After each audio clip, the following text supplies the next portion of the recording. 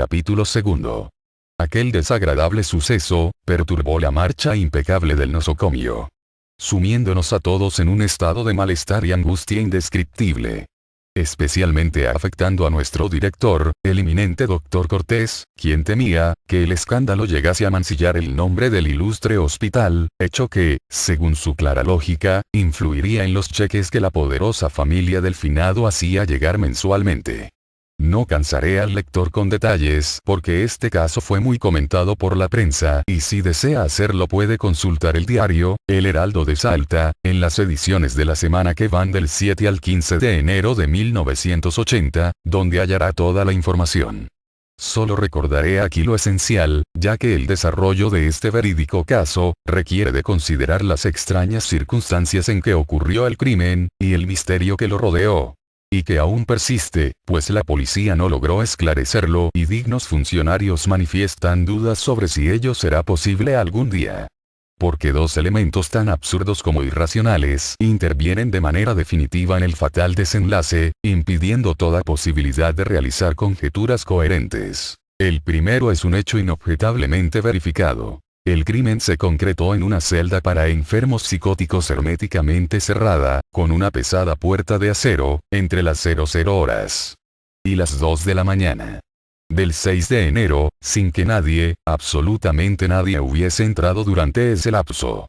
Esto se comprobó, felizmente, gracias a un suceso fortuito. Siendo la noche anterior 5 de enero, es decir, día de festejo de los Reyes Magos, parte del personal fue a repartir regalos al hospital de niños y al orfelinato San Francisco de Asís.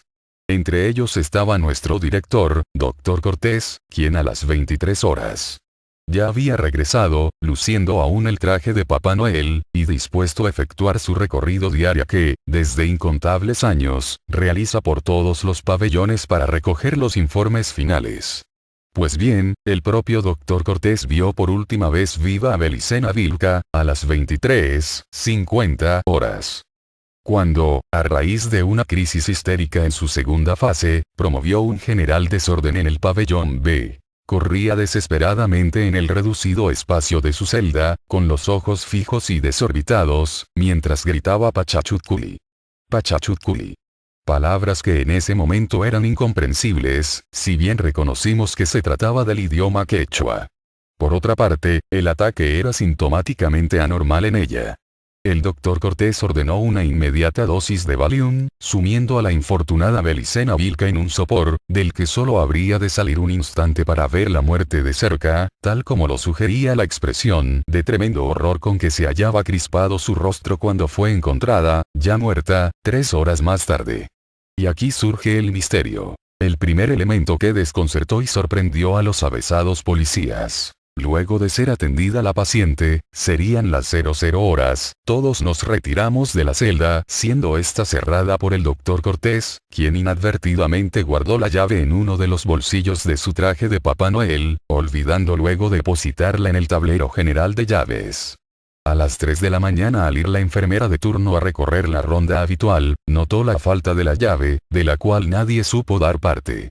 Dedujo de ello que habría sido llevada por el doctor Cortés y, como los duplicados se encuentran en la oficina del mismo, no le quedó otra alternativa más que llamarle a su casa.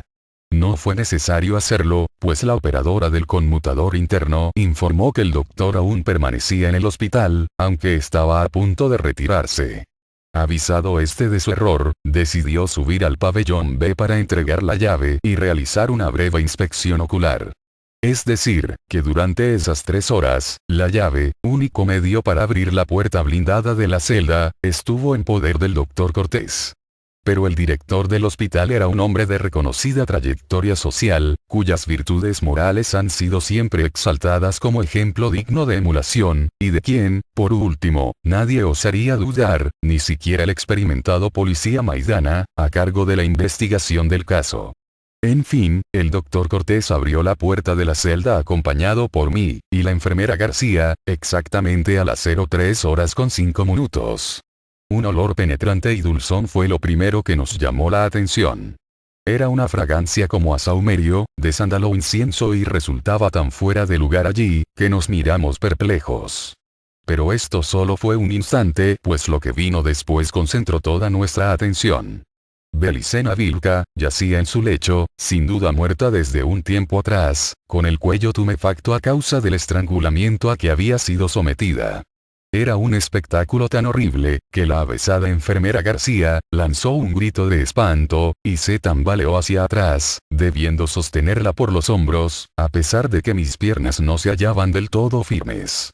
Y no era para menos. La muerta tenía las manos cerradas, sobre las frazadas a ambos lados del cuerpo, posición en que debieron estar en el momento de la muerte y que la rigidez cadavérica conservó, lo que indicaba que no se había defendido de su misterioso asesino.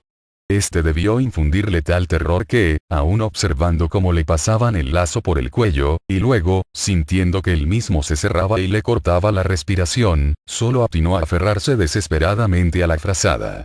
Tal deducción, se afirmaba al contemplar el gesto de la cara, los ojos muy grandes y desorbitados, y la boca entreabierta, permitiendo ver la lengua hinchada, que parecía quebrarse, en una palabra inconclusa, algo que quizá ya nunca sería pronunciado, quizá la misteriosa Pachachutculi. Expondré ahora el segundo elemento absurdo e irracional que, al intervenir con el peso contundente de lo concreto, eliminó cualquier esperanza de obtener una pronta y simple solución. Me explicaré mejor.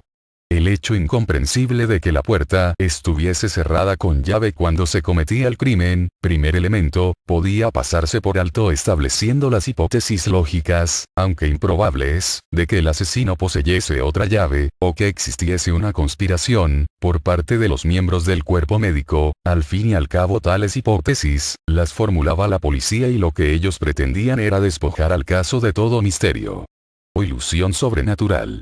Pero la cuerda color marfil, segundo elemento, consistía en un objeto demasiado tangible para pasarlo por alto. El arma homicida, una cuerda color marfil, estaba enlazada aún en su cabeza pero suelta ya. Y los dos extremos caían suavemente sobre el pecho hacia el costado de la cama. El segundo elemento fue la evidencia de que algo siniestro e irracional se había instalado irresistiblemente entre nosotros. Se trataba de una cuerda de 1 metro de largo, construida con cabello. Al parecer, humano. Trenzado y tendido. Pero lo insólito estaba representado por las 2 medallas de oro, una en cada extremo, girando locamente en 2 pequeños conos de oro. Las medallas en sí, constituían lo más absurdo del conjunto. Exactamente iguales en sus formas de estrella de David, no lo eran, sin embargo, sus grabados e inscripciones. Una de ellas llevaba cincelado en relieve un trébol de 4 hojas, labrado en el hexágono central. La otra mostraba un fruto que, indudablemente, correspondía a la granada.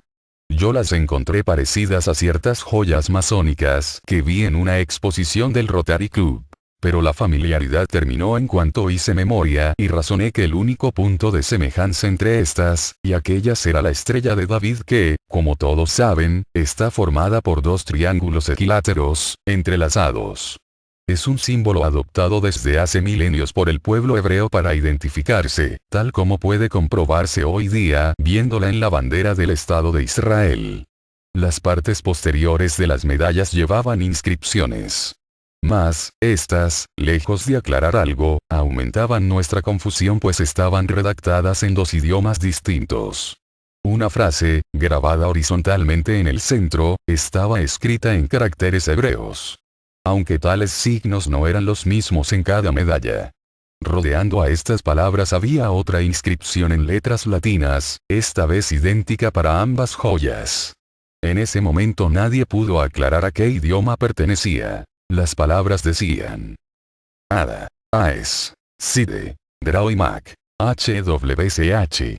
Las palabras hebreas, por su parte, decían: en la granada, un término. Y en el trébol decían: HVH. Como se comprenderá, esta curiosa cuerda enjollada daba toda la sensación de ser algo de uso ceremonial o religioso, atributo que el oficial Maidan captó de inmediato pues al examinarla no pudo evitar un gesto de repugnancia, y una exclamación.